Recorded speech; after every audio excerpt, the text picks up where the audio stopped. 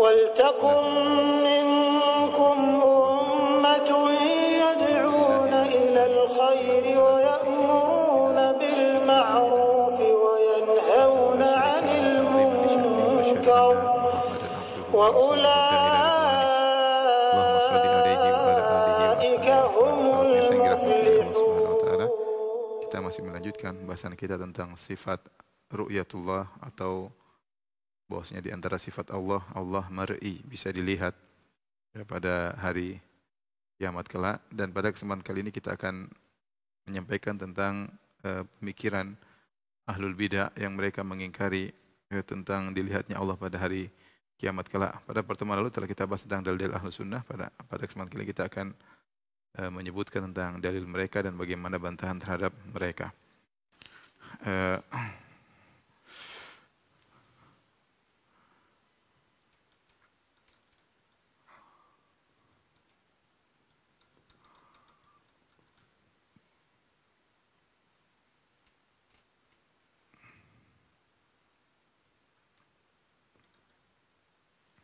Maka secara umum mereka terbagi menjadi dua kelompok ya.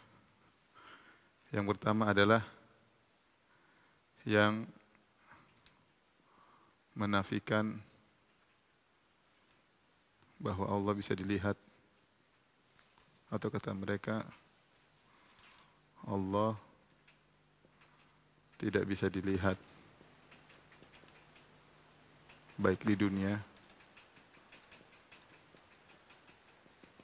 maupun akhirat, maupun di akhirat. Yang kedua, Allah dilihat di akhirat, tapi tanpa berhadapan. Adapun yang pertama adalah pendapat Al-Mu'tazilah, kemudian diikuti oleh Ar-Rafidhah, sebagaimana disebut oleh Ibnul Mutahhir dalam bukunya. Kemudian diikuti Al-Khawarij, ya. Mereka juga menolak Allah bisa dilihat di dunia dan Allah juga tidak bisa dilihat di akhirat. Ya, adapun yang ini adalah pendapat dari Al-Asy'ariyah, kemudian dan Al-Maturidiyah. Abu Hasan Al-Maturidi dalam bukunya juga menyampaikan hal ini. Kita bahas dulu tentang Mu'tazilah. Ya. Maka ada dua hal yang ingin kita bahas. Yang pertama, sebab mereka menolak.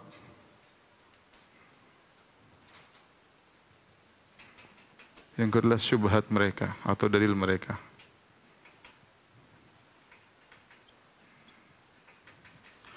Adapun sebab penolakan mereka terhadap Allah bisa lihat di akhirat, maka ada dua sebab. Yang pertama, kata mereka, kalau Allah bisa dilihat,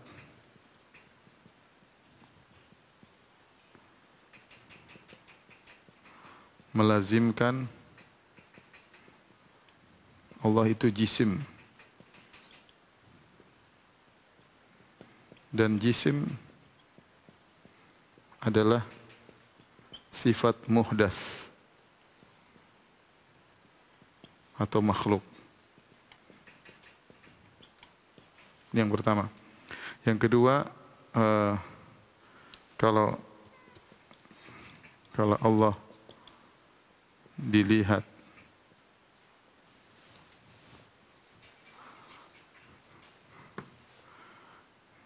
kalau melihat wajah Allah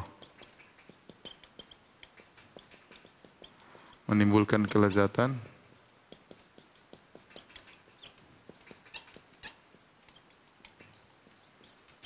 berarti Allah bisa dicintai. Padahal Allah tidak mencintai dan tidak dicintai.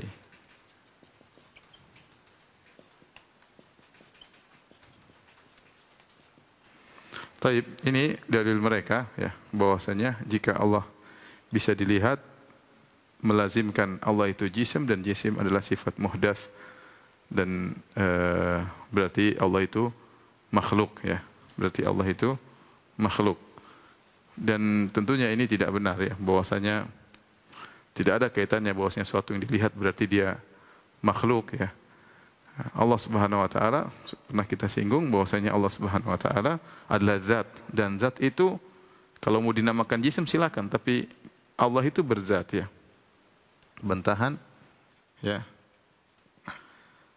Allah itu ada zatnya. Ya. Terserah mau dinamakan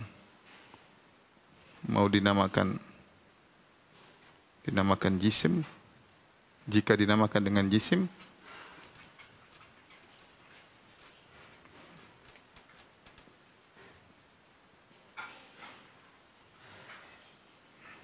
maka Allah jisim.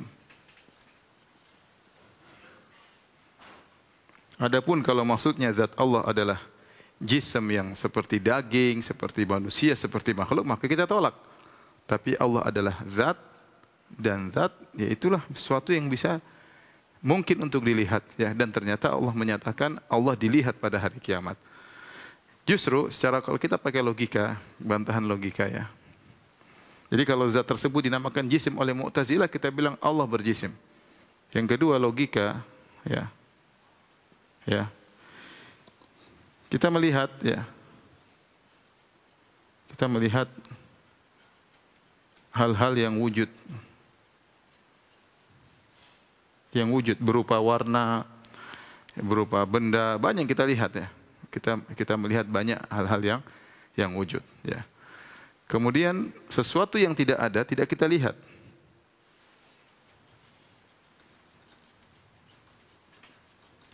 Sesuatu yang tidak ada tidak terlihat ya. Ingat ya. Memang benar ada benda-benda yang wujud yang tidak terlihat. Ya. Seperti suara ya ada, kita tahu suara tapi tidak kelihatan ya. Tetapi sesuatu yang tidak ada tidak terlihat. Sekarang banyak benda-benda yang ada terlihat, dan sesuatu yang tidak terlihat, sesuatu yang tidak ada pasti tidak terlihat karena dia tidak ada apa yang mau dilihat. Ya. Nah, kalau begitu sesuatu yang wujud mungkin untuk terlihat. Buktinya kita lihat banyak sekali benda-benda yang wujud dan terlihat karena dia ada zatnya, Sementara sesuatu yang tidak ada pasti tidak terlihat. Sesuatu yang tidak ada pasti tidak terlihat.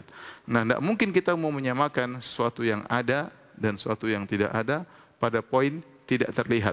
Pada poin tidak terlihat. Kalau kita menyamakan bahwasanya sesuatu yang wujud dengan sesuatu yang tidak ada pada perkara yang tidak terlihat, maka tidak ada istimewanya sesuatu yang wujud dengan yang tidak wujud. Gampangannya saya ingin mengatakan bahwasanya kalau perkara yang wujud rata-rata mungkin untuk dilihat, ya, zat itu rata-rata bisa dilihat ya, rata-rata bisa dilihat. Kalau tidak terlihat mungkin karena ketidakmampuan kita untuk melihat, mata kita tidak bisa melihat, tapi dia sebenarnya bisa terlihat. Ya, mau kita bilang mikroba, mau kita bilang virus, mau kita bilang jin, sebenarnya bisa terlihat, cuma kita tidak mampu untuk melihat. Tapi kemungkinan untuk dilihat ada karena dia sesuatu yang wujud. Nah, dan Allah jadi terlihat itu suatu yang sifat sempurna, suatu sifat sempurna yang menunjukkan keberadaan, eksistensi suatu itu dia bisa terlihat. Ya. Oleh karenanya, karena Allah yang maha wujud, maka dia lebih utama untuk terlihat. Kita bicara secara akal ya. Ini secara akal bahwasanya karena Allah maha wujud, maka dia lebih berhak untuk terlihat. Namun kita tidak bisa melihat, kenapa? Karena ketidakmampuan kita. Karena ketidakmampuan kita, banyak hal tidak bisa kita lihat. Tidak bisa lihat virus, tidak bisa lihat jin, tidak bisa lihat malaikat. Ternyata jin mungkin anjing bisa lihat. Ternyata malaikat bisa dilihat oleh ayam misalnya. Ya, ayam berkok dalam hadis ya. Demikian juga kita tidak bisa melihat Allah karena ketidakmampuan kita, ya, ketidakmampuan kita untuk. Tapi maksud saya sesuatu yang ada itu mungkin untuk terlihat. Karena Allah maha ada, maha wujud, maka kemungkinan dia untuk bisa terlihat semakin besar. Ya. Bukan sebaliknya, dibalik oleh mereka. Justru tidak terlihat adalah kesempurnaan. Ini salah dalam logika berpikir. Gimana tidak terlihat suatu kesempurnaan? Kalau gitu, bedanya dengan, kalau gitu suatu yang tidak ada semakin sempurna. Saya ulangi, Mu'tazilah punya pemikiran, kalau terlihat berarti jism.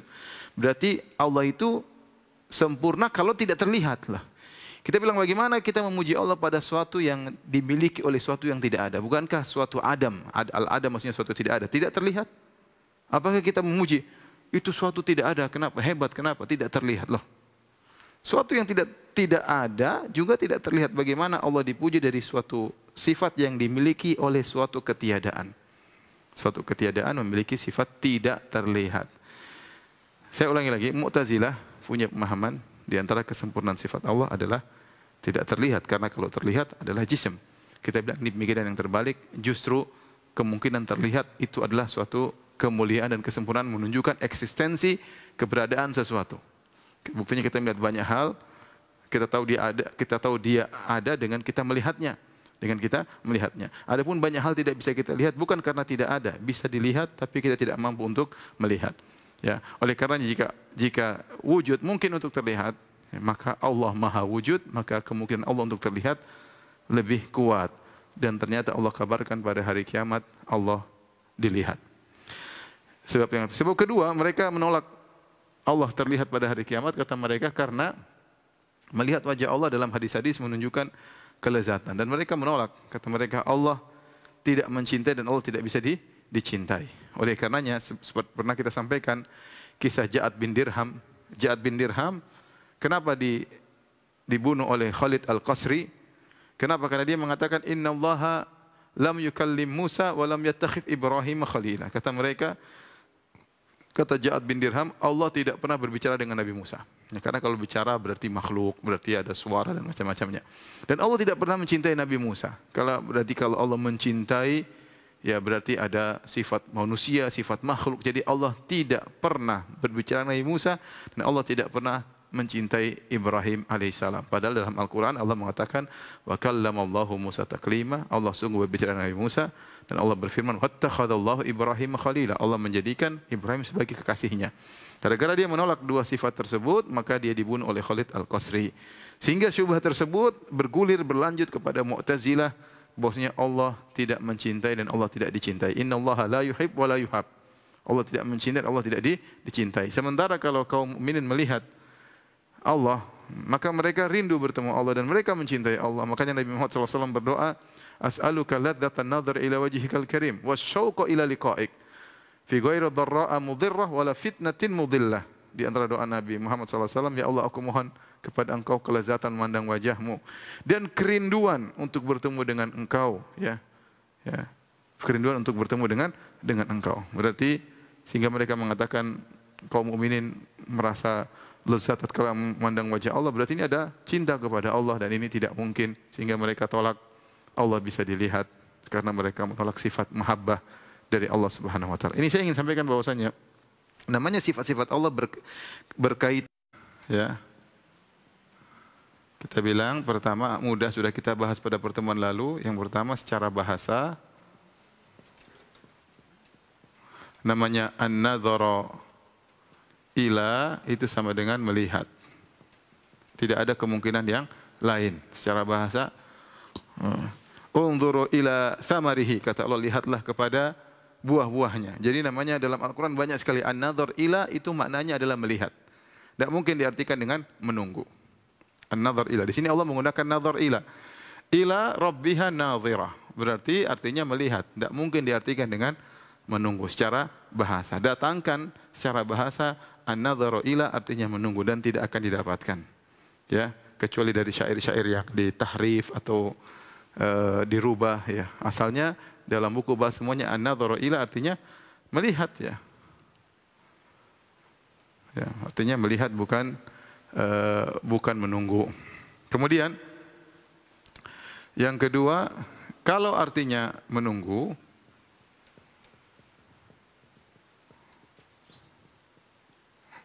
maka tidak perlu berkaitan dengan wajah. Perhatikan. Tidak perlu dengan wajah. Adapun di sini berkaitan dengan wajah. Perhatikan kata Allah, wujuhun, sudah kita singgung kemarin, wujuhun yauma idzin nadira ila rabbiha nadhirah, ya.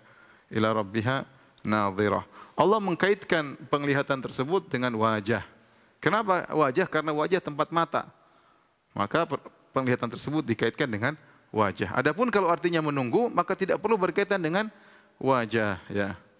Bahkan berkaitan dengan diri mereka. Contoh seperti firman Allah Subhanahu wa taala, "Fantaziru inni ma'akum minal muntazirin." Fantaziru, tunggulah, inni ma'akum minal muntazirin. Kata Allah Subhanahu wa taala, perkataan seorang nabi, tunggulah. Sungguhnya aku bersama kalian termasuk orang-orang yang menunggu. Ma'akum, bukan ma'awujuhikum, ya. Tunggulah, sungguhnya aku bersama diri kalian. Tunggulah kalian, ya, bukan tunggulah wajah kalian.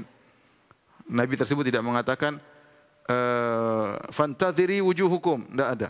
Tunggulah wajah-wajah kalian. Kenapa? Karena menunggu itu tidak berkaitan dengan wajah saja, berkaitan dengan seluruh anggota tubuh. Ya.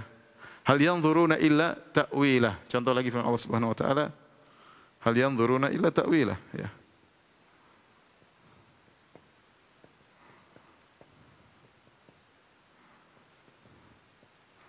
Maksud saya di sini tatkala artinya menunggu, ini artinya semua menunggu. Fantaziru, yanzurun, ini artinya menunggu, maka tidak dikaitkan dengan wajah.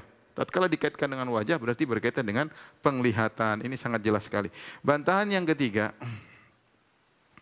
di surga bukan tempat menunggu. Bukan tempat menunggu. Tapi tempat menikmati. Masa apa nunggu-nunggu lagi di surga? Mau nunggu-nunggu apa? Saatnya menikmati. Justru menunggu itu, menunggu adalah menyakitkan atau mengurangi kelezatan. Mengurangi kelezatan. Kalau kita pergi ke rumah makan, kita lihat makan, katanya suruh nunggu. Wah, kita itu mengganggu kelezatan atau mengurangi kelezatan. Justru pada ayat ini sedang menceritakan mereka di puncak kelezatan. Bagaimana kemudian diartikan dengan menunggu. Ini contoh syubhat mereka dan kita bantah pada pembahasan ini. Kemudian yang kedua, syubhat mereka yang kedua, mereka mengatakan lan tarani, lan firman Allah Subhanahu wa taala kepada Nabi Musa, lan tarani. Kata mereka lan li ta'bid, lan li ta'bidun nafi, yaitu lan menunjukkan penafian abadi. Artinya kata mereka, Allah berkata kepada Nabi Musa, waktu Nabi Musa minta ingin melihat Allah, Rabbi arini anzur ilaik. Ya Allah, tunjukkanlah dirimu, anzur ilaik, aku ingin melihat engkau. Kata Allah, lan tarani, kau tidak bisa melihat aku. Maksudnya kata mereka, lan ini dalam bahasa Arab artinya tidak mungkin selama-lamanya, mustahil kau bisa lihat aku. Ya. Ini menurut mereka. Namun ini dibantah, bantahan.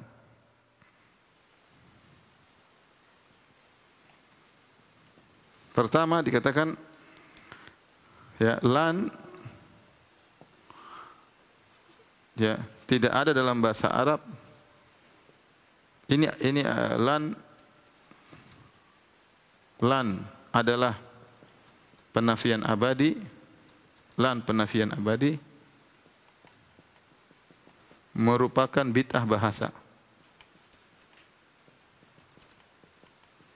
Karena enggak ada yang mengatakan demikian. Enggak ada. Datangkan dalam kamus-kamus menunjukkan lan, menunjukkan penafian selama-lamanya. Enggak ada. Kecuali yang bikin kamus orang Mu'tazilah, ya.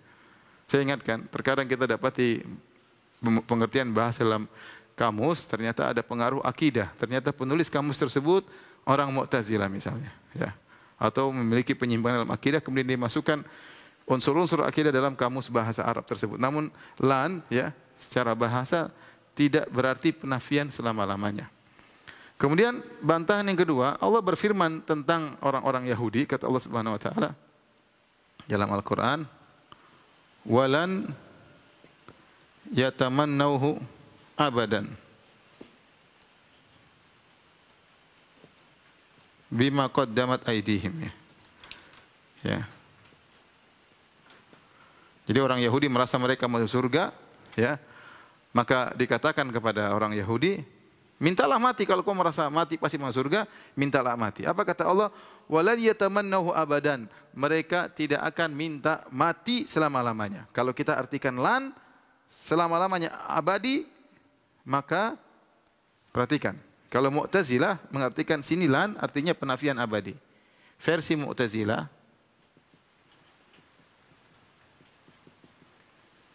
berarti penafian abadi. Adapun ahlus sunnah,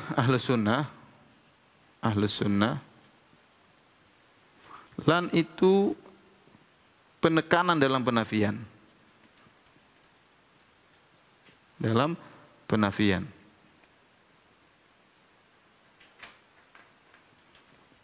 Namun tidak harus menunjukkan abadi. Bagaimana kita bantahan? Kalau seandainya lan berdasarkan versi Mu'tazilah, walan yatamannauhu, mereka tidak bakalan minta selama-lamanya, maka tidak perlu Allah mendatangkan kata abadan, tidak perlu.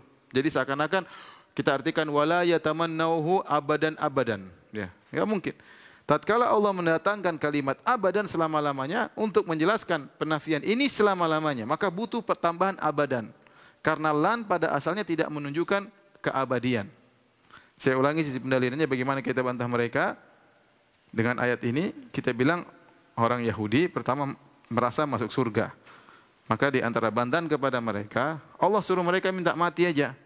Kemudian Allah mengatakan walan yatamannauhu, mereka tidak bakalan minta mati. Nah, kata Mu'tazilah lan di sini artinya selama-lamanya, abadan. Kalau artinya lan di sini adalah penafian selama-lamanya, maka Allah tidak perlu tambah dengan kata abadan. Tatkala Allah tambah kata abadan selama-lamanya, menunjukkan lan di sini hanya penafian mutlak. Ya, sehingga perlu ditakyid dengan abadan agar menunjukkan maknanya selama-lamanya mereka tidak minta mati, ya. Ya. Selama-lamanya mereka tidak minta mati. Kemudian ternyata ini juga berkaitan dengan dunia. Di dunia mereka tidak bakal minta mati di dunia. Ternyata di akhirat mereka minta mati. Ternyata di akhirat mereka minta mati.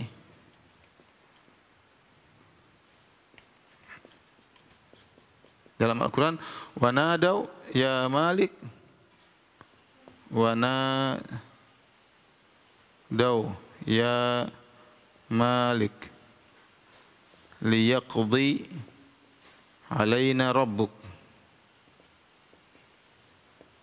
Yang artinya mereka orang-orang kafir di akhirat kelak mereka berkata, ya Malik, wahai penjaga neraka, liyaqdi alaina rabbuk, minta agar Rabbmu matikan kami. Jadi mereka minta mati enggak? Mereka minta mati. Kalau lan di sini artinya selama-lamanya termasuk dunia dan akhirat, maka mereka di akhirat pun tidak bakalan minta mati. Ternyata mereka di akhirat minta mati. Itu menunjukkan bahwasanya lan tidak bersambung dunia dan akhirat. Dunia saja tidak selama-lamanya, apalagi disambung dengan akhirat. Ya. Maka demikian juga Allah mengatakan lan taroni, maksudnya di dunia kau tidak akan melihat aku. Tidak nyambung ke akhirat. Tidak nyambung di akhirat.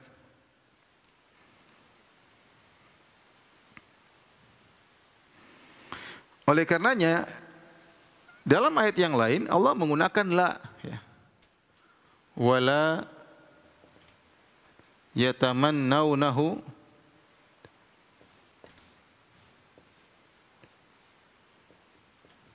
abadan.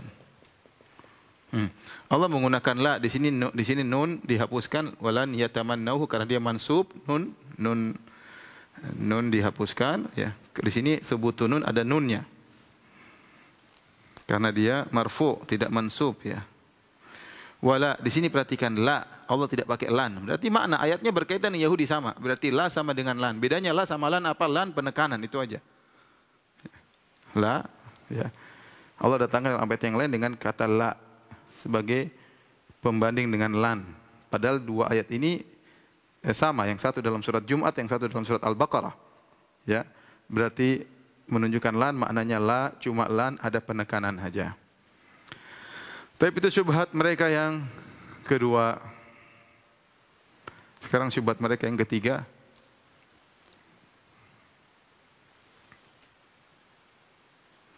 Mereka berdalil dengan firman Allah Subhanahu wa taala,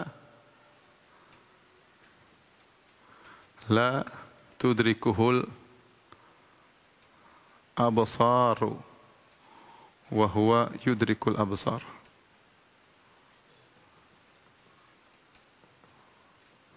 Yang artinya Allah tidak diliputi oleh mata. Idrak, la tudrik, ini artinya meliputi, la tudrik. Lah. Allah tidak diliputi oleh mata.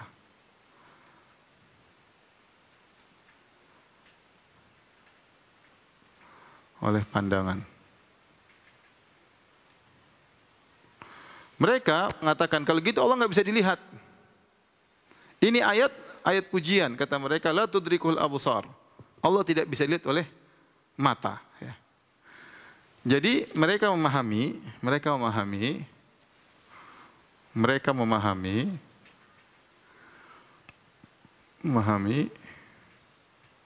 al-idrak sama dengan ar-ru'yah. Al-idrak meliputi sama dengan melihat. Dengan berdasarkan dalil ini dalam surat Al-An'am, la tudrikul absar, Allah tidak bisa diliputi oleh pandangan, artinya Allah tidak bisa dilihat. Al-idrak sama dengan ru'yah. Bagaimana bantahan? Ya. Bantahannya banyak, ya. Pertama, kita mengatakan al-idrak tidak sama dengan ru'yah. Ya. Al-idrak, ya. Al-idrak itu sama dengan ru'yah plus al-ihatah. Jadi melihat plus meliputi itu namanya idrak. Ya. Melihat plus meliputi. Melihat plus meliputi. Jadi al-idrak tidak sama dengan ru'yah. Al-idrak tidak sama dengan ru'yah. Bukan sekedar ru'yah. Ya, makanya dalam ayat Allah menyebutkan, sudah sampaikan pada pertemuan lalu tentang kisah kaum Nabi Musa waktu dikejar oleh kaum Firaun. Kata Allah, falamma taro al-jam'ani, tatkala keduanya sudah saling melihat, kelompok Nabi Musa melihat kelompok kaum Firaun dan kelompok kaum Firaun sudah melihat kelompok Nabi Musa. Ya, jadi gambarannya begini ya. Ini contohnya Laut Merah ya. Kemudian di sini kaum Nabi Musa. Di sini kaum Firaun. Nah, mereka sudah saling melihat. Saling melihat satu sama lainnya. Kata Allah Subhanahu wa taala, falamma taro al-jam'an. Tatkala keduanya sudah saling melihat. Tatkala keduanya sudah saling melihat. Qala ashabu Musa, kata Allah Subhanahu wa taala, qala ashabu Musa inna lamudrakun. Perhatikan sini. Kita bakalan ketangkap, ya. Berkata pengikut Musa,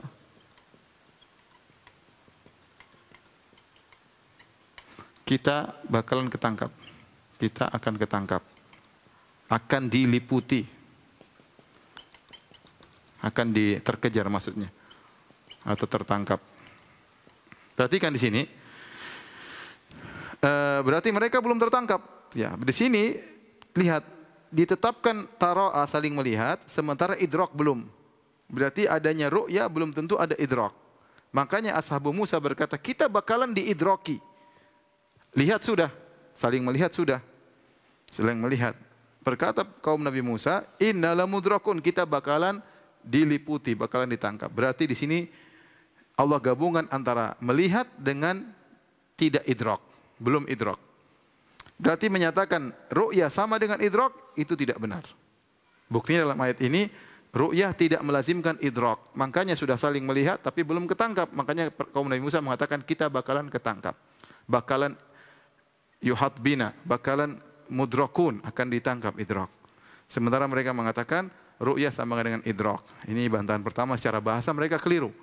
Subhanallah, padahal orang-orang Mu'tazilah mereka pakar-pakar bahasa. Mereka ahli adab, mereka ahli lugha, ahli balaghah, tapi kalau sudah bicara tentang akidah mereka, mereka maksain bahasa.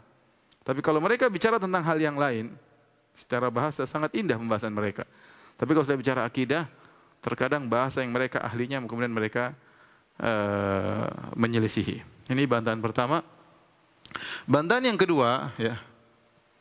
Ayat ini Allah turunkan dalam rangka memuji Allah.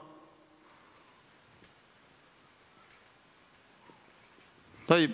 Kalau diartikan Allah memuji dirinya dengan tidak terlihat, apa bedanya Allah dengan sesuatu yang tidak ada? Ya. Kalau Allah mengatakan saya terpuji, di antara pujian saya tidak terlihat, terus apa bedanya dengan virus corona tidak terlihat juga? Ya. Terpuji, ya. Apa bedanya dengan sesuatu yang tidak ada, tidak terlihat? Terpuji? Tidak, ya. Makanya tatkala para ulama mengatakan ayat ini diturunkan oleh Allah, la tudrikul absar, dalam rangka untuk memuji Allah, maksudnya adalah menetapkan sesuatu yang sempurna, yaitu Allah meskipun terlihat nanti di akhirat, namun tidak ada yang bisa meliputi untuk melihat Allah Subhanahu wa taala. Ya, sebagaimana kita di dunia, kita lihat langit begitu luasnya karena Allah maha luas, maha besar. Lihat langit, kita nggak bisa meliputi langit, ya. Kita baru bisa melihat langit di atas kita, langit di belakang kita, bawah kita, kita nggak tahu. Maksudnya yang mengelilingi bumi kita nggak tahu langit tersebut. Mana pangkalnya, mana ujungnya kita tidak bisa melihat, ya. Seperti itu, ya. Sama sekarang misalnya mata kita nggak mampu, kita bisa melihat api yang digunakan oleh tukang las, kita nggak mau melihat secara detail, mata kita nggak mampu untuk meliputi. Melihat matahari kita nggak bisa melihat secara detail. Kenapa? Mata kita nggak mampu untuk meliputi melihat matahari. Jadi ayat ini isinya pujian, justru menunjukkan Allah terlihat, namun tidak bisa diidrak. Ya, Allah terlihat, namun tidak bisa diidrak, ya, tidak bisa diliputi. Sama seperti firman Allah Subhanahu Wa Taala contohnya. Wala yuhituna bihi ilman. Allah berfirman, misalnya, wala yuhituna bihi ilman. Apa artinya? Mereka tidak bisa meliputi, ilmu mereka tidak bisa meliputi Allah. Ilmu mereka tidak bisa meliputi Allah. Kita tahu, Allah nggak tahu. Tapi kita nggak bisa, ilmu kita nggak bisa meliputi Allah seperti apa secara lengkap, nggak bisa. Makanya kata Nabi SAW, la uhsi sana'an alaik. Anta kama asnaita ala nafsik. Aku tidak bisa memuji engkau sebagaimana seharusnya, ya Allah. Engkau bisa yang bisa memuji dirimu adalah engkau sendiri. Kenapa Nabi tidak bisa memuji Allah dengan sesungguhnya? Kenapa? Wala yuhituna bihi ilman. Yaitu ilmumu tidak bisa meliputi Allah. Kau hanya mengetahui sebagian sedikit dari Allah tentang Allah Subhanahu wa taala, karena Allah adalah suatu yang sangat luar biasa, ya. Ilmu manusia tidak sampai untuk bisa memuji Allah yang seharusnya. Jadi ini ihatoh sama idrak. Kalau kita mengartikan dengan bahasa, dengan kata lain sama dengan wala yudrikuna bihi ilman. Mirip kira-kira. Jadi sisi pujiannya apa? Bisa diketahui tapi tidak bisa diliputi. Sama, bisa dilihat namun tidak bisa diliputi. Ini berkaitan dengan syubhatnya orang-orang Mu'tazilah. Sekarang kita berpindah kepada subhat orang-orang Asy'ariyah.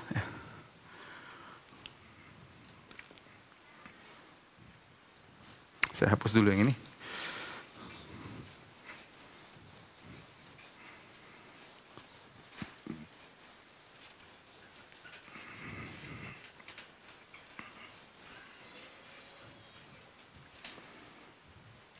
Al-Asy'ariyah, ya.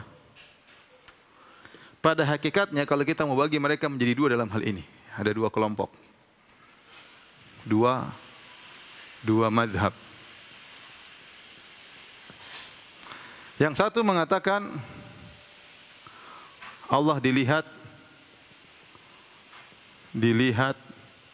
dengan ru'yah basariyah, dengan mata. Dan ini mayoritas Asy'ariyah,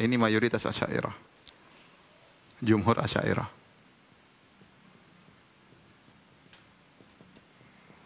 Yang kedua, Allah dilihat dengan ru'yah. Atau kita kebalik di sini aja ya. Ini ru'yah, ini dengan hati ya. Ru'yah qalbiyah.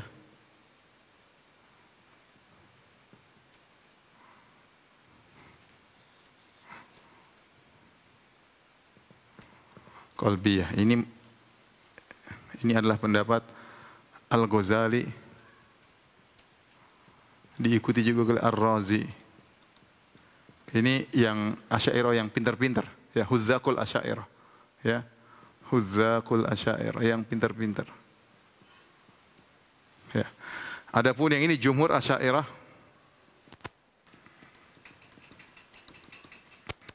yaitu Allah dilihat dengan ru'yah basariyah. Allah dilihat di akhirat, maksudnya dilihat dengan ru'yah basariyah. Itu dengan mata. Cuma Allah dilihat dengan mata, namun tanpa arah.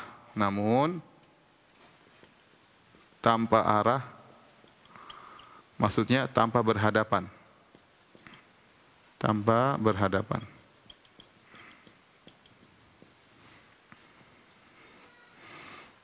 Taib. Kita bahas yang dulu ya. Bantahan. Pertama, ini akidah tidak masuk akal.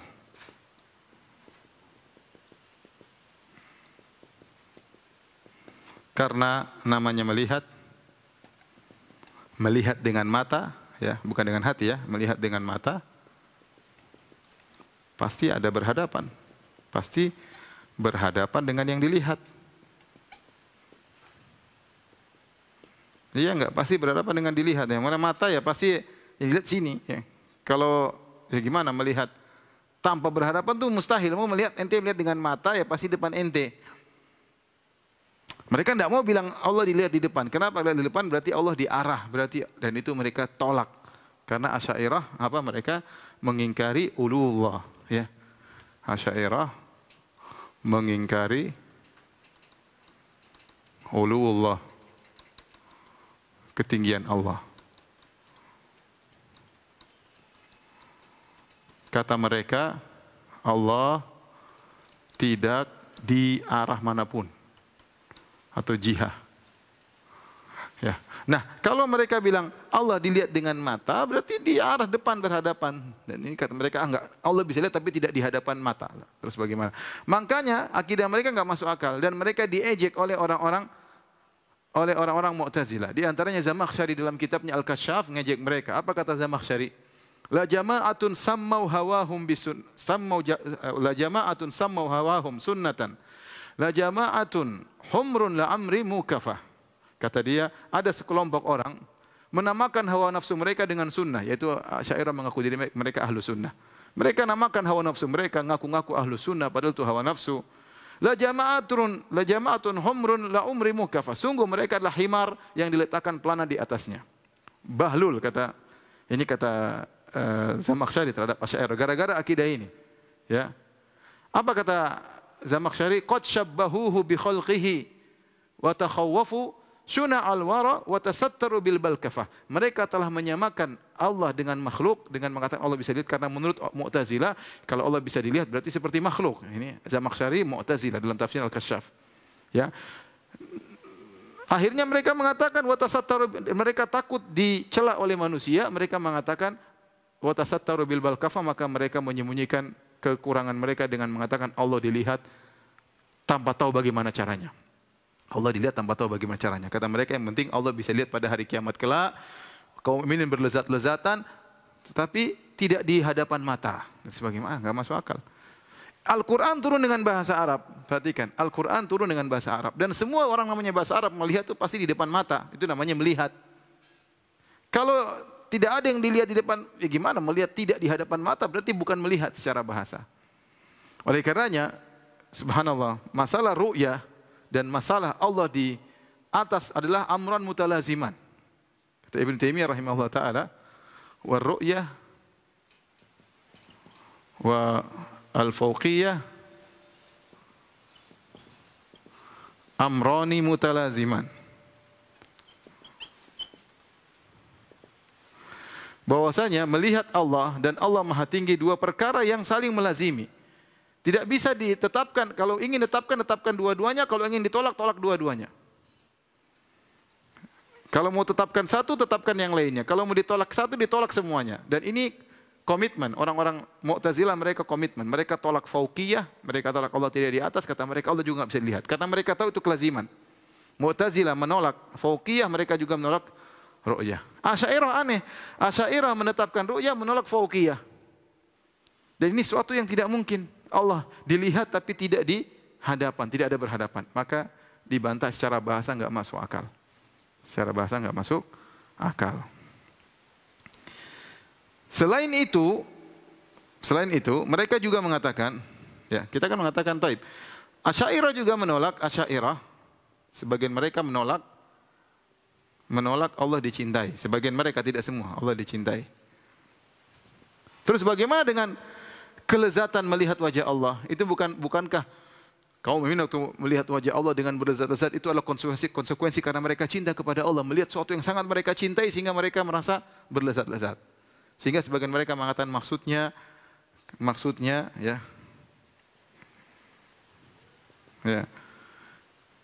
kelezatan tersebut bukan karena melihat Allah, bukan karena melihat wajah Allah.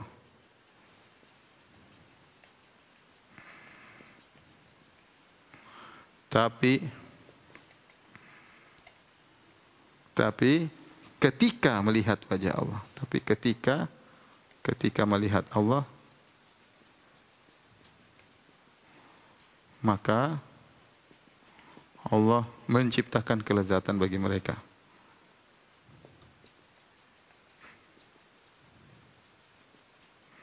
Bagi penghuni surga.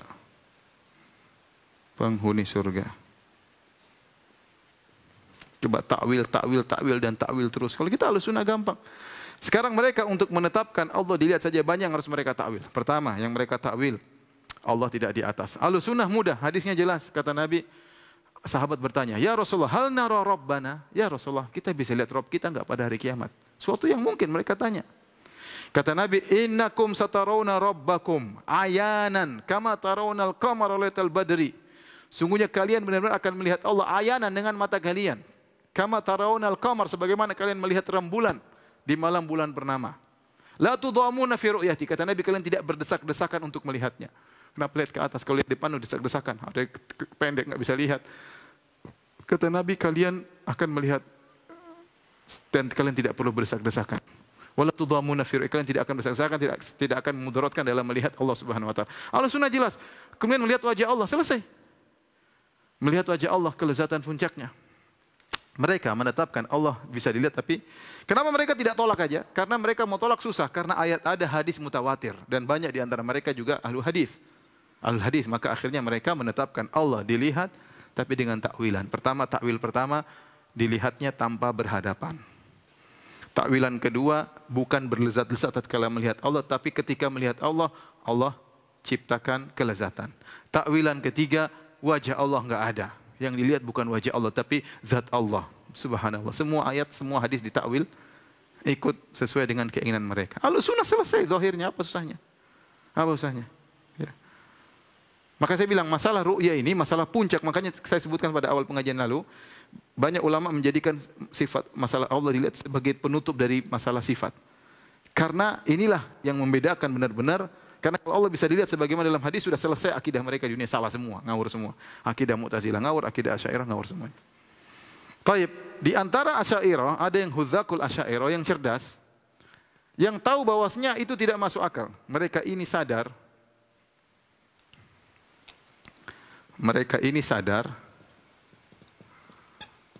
bahwa melihat dengan mata tanpa berhadapan adalah kemustahilan.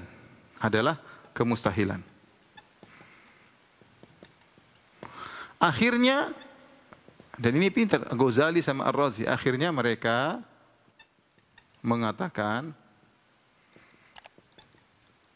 bahwa yang dimaksud dengan melihat Allah adalah ziyadatul inkishaf.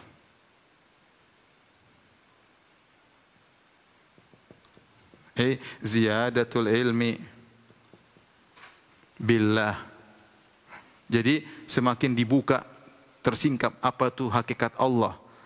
Atau ziyadatul ilmi billah, yaitu semakin tersingkap ilmu tentang Allah. Sehingga melihat sini bukan melihat mata, tapi melihat dengan hati, ru'yah qalbiyah. Subhanallah. Mereka ini ternyata, ya, kalau menurut pendapat ini berarti mereka sama dengan Mu'tazilah, tidak ada bedanya. Cuma khilafnya khilaf lafzi, bukan maknawi, hanya khilaf dalam mentakbir doang. Kata mereka, ru'yah ibaratun, mereka mengatakan ibarat. Jadi mereka ru'yah itu mereka artikan dengan bukan hakiki tapi majaz. Ya, kata mereka ibarat an ziyadatil inkishaf, ibarat an ziyadatul ilmi. Maka khilaf mereka dengan Mu'tazilah hanya khilaf lafzi, cuma beda cara mengungkapkan.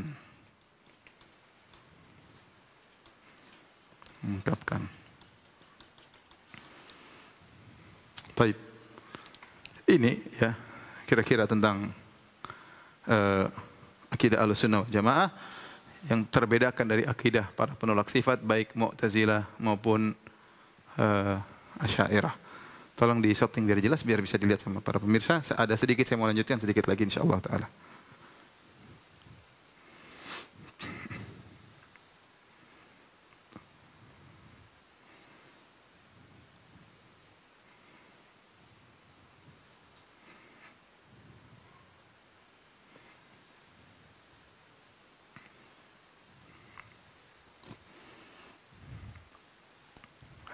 Tayyib.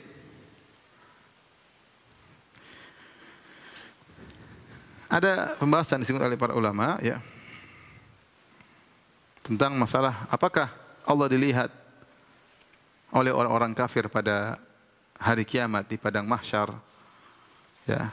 Makanya ada khilaf, namun khilaf ini tidak terlalu penting karena hanya sedikit dari para ulama terdahulu yang membahas karena dia bukan pembeda yang mencolok antara akidah Ahlussunnah Ahlul Bidah ya. Namun dibahas oleh sebagian ulama dan ini pernah terjadi perselisihan besar di zaman Ibn Taimiyah rahimahullah taala sampai mereka menulis surat tentang khilaf dalam masalah akidah. Dan ini juga dalil bahwasanya terkadang dalam masalah akidah yang merupakan furu' al-akidah, bukan intinya tapi cabang-cabang, maka tidak membuat seorang keluar dari Ahlussunnah atau tidak karena itu masalah yang pelik yang dalilnya tidak begitu jelas. Seperti contohnya apakah orang-orang kafir melihat Allah pada hari kiamat? Maka ada tiga pendapat. Pendapat pertama mengatakan mereka tidak melihat sama sekali. Pendapat kedua ya mereka melihat semuanya. Pendapat ketiga memperinci bahwasanya yang kafir zahir dan batin tidak melihat, tapi yang zahir kafir batin saja munafik melihat. Ya, datang dalam hadis fayatihim rabbuhum ya dalam surat alladzi ya'rifunaha, maka Allah datang kepada mereka dalam surat dalam bentuk yang mereka kenal ya. Tapi kata para ulama, kalaupun orang-orang munafik melihat Allah pada hari kiamat kelak, kemudian mereka disuruh sujud, mereka tidak mampu, dan zahir hadis demikian, hadis panjang Abu Sa'id Al-Khudri pernah kita singgung. Maksudnya bukan melihat dengan kelezatan, tapi ru'yatut ta'rif. Kata para ulama, Allah memperlihatkan dirinya sekedar untuk mereka mengenal inilah Allah, karena mereka bakalan disuruh sujud dan mereka tidak mampu untuk sujud. Ya, mereka tidak mampu untuk sujud ya. Jadi kalaupun melihat bukan melihat taladzuz seperti orang penghuni surga melihat wajah Allah pada hari kiamat, tapi melihat dalam bentuk yang Allah tampakkan agar mereka kenal itulah Tuhan yang mereka ya ternyata mengkufuri Tuhan tersebut dengan batin mereka pada waktu di dunia. Ini permasalahan pertama. Permasalahan kedua mengenai masalah melihat apakah Nabi SAW melihat Allah tatkala di Sidratul Muntaha. Jawabannya bahwasanya tidak, karena dalam hadis dalam Sahih Muslim kata Nabi SAW, ta'allamu annahu lan yara lan, kata Nabi, lan yarah ahadum minkum rabbahu hatta yamuta. Atau maknanya seperti itu. Nabi menggunakan kata lan. Ketahuilah bahwasanya salah seorang dari kalian tidak akan melihat Allah sampai dia meninggal. Artinya kalau dia setelah meninggal dia mungkin melihat Allah Subhanahu wa taala. Hadis sahih riwayat Al-Imam Muslim dalam sahihnya. Sehingga tidak seorang pun bisa melihat Allah, ya. Termasuk Nabi, waktu Nabi naik ke Sidratul Muntaha, sudah dekat yang Allah berbicara dengan Allah Subhanahu wa taala, sampai para sahabat berselisih, Allah bisa dilihat atau Nabi lihat Allah atau tidak. Jadi maksud saya, tatkala para sahabat berselisih, Nabi melihat Allah atau tidak menunjukkan melihat Allah sesuatu yang sangat mungkin. Kalau ternyata melihat Allah, ini poin penting nanti bisa ditambahkan ya. Kalau melihat Allah sesuatu yang mustahil, tidak mungkin para sahabat berselisih. Tatkala para sahabat berselisih, apakah Nabi melihat Allah atau tidak? Berarti sesuatu yang mungkin, meskipun tidak terjadi. Ya. Sama waktu sahabat bertanya, hal naro Rabbana, apa kita bisa melihat Rabb kita? Berarti para sahabat ngerti itu mungkin dan ternyata di hari kiamat dilihat.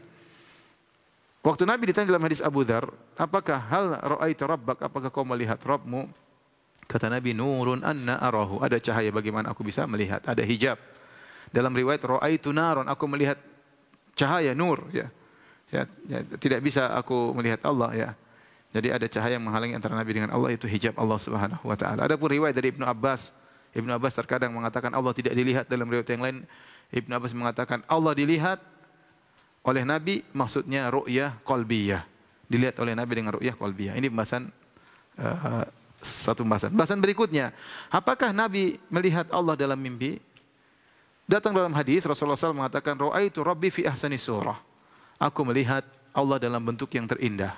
Ya, ini sebagian ulama, sebagian orang mereka berdosa senama Ibnu Taimiyah, kata mereka Ibnu Taimiyah mengatakan Nabi melihat Allah dalam bentuk seorang pemuda yang tampan, ya, berarti Ibnu Taimiyah musyabbiha. Ini ngawur, ini dusta luar biasa. Saya enggak tahu orang-orang seperti ini gimana hari kiamat berdosa nama Ibnu Taimiyah.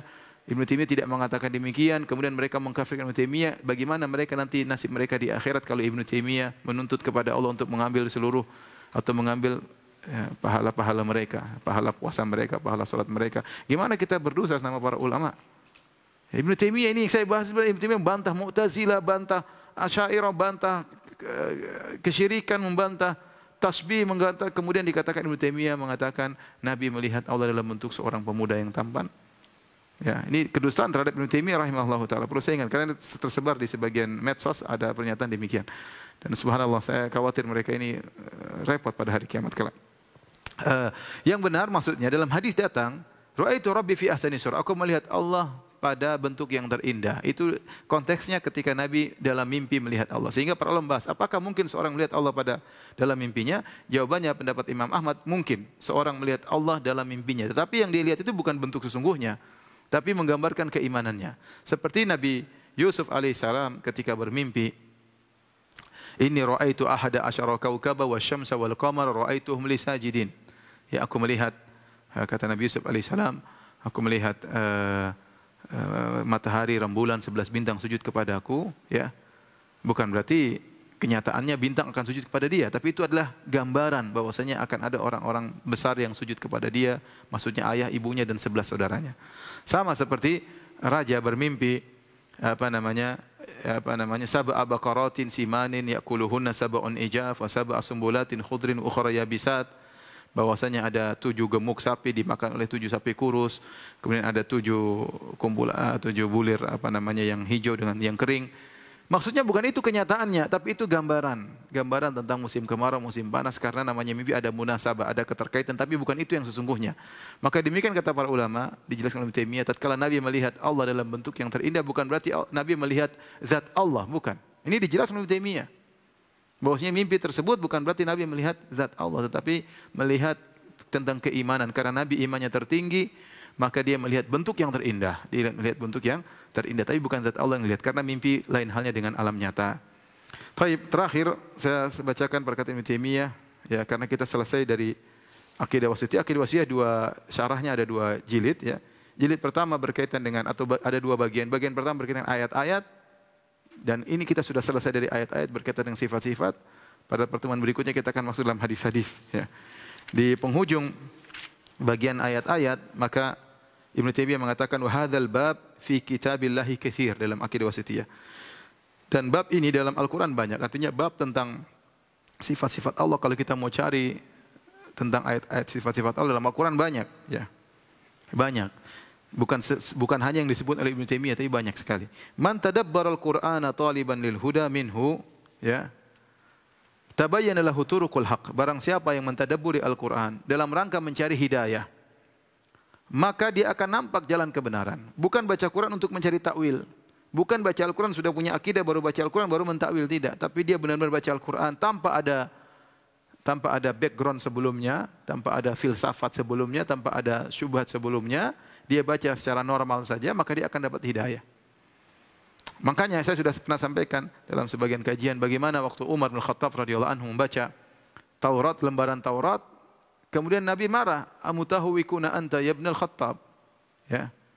Wahai Umar, apa kau ragu? Ya, artinya jangan cari kebenaran, jangan cari hidayah dari selain Al-Quran. Cari hidayah dari Taurat tidak boleh. Kita baca Taurat dalam rangka untuk meneliti, dalam rangka untuk membantah, dalam rangka untuk mencari kesamaan dalam Al-Quran boleh. Tapi dalam rangka mencari hidayah enggak boleh.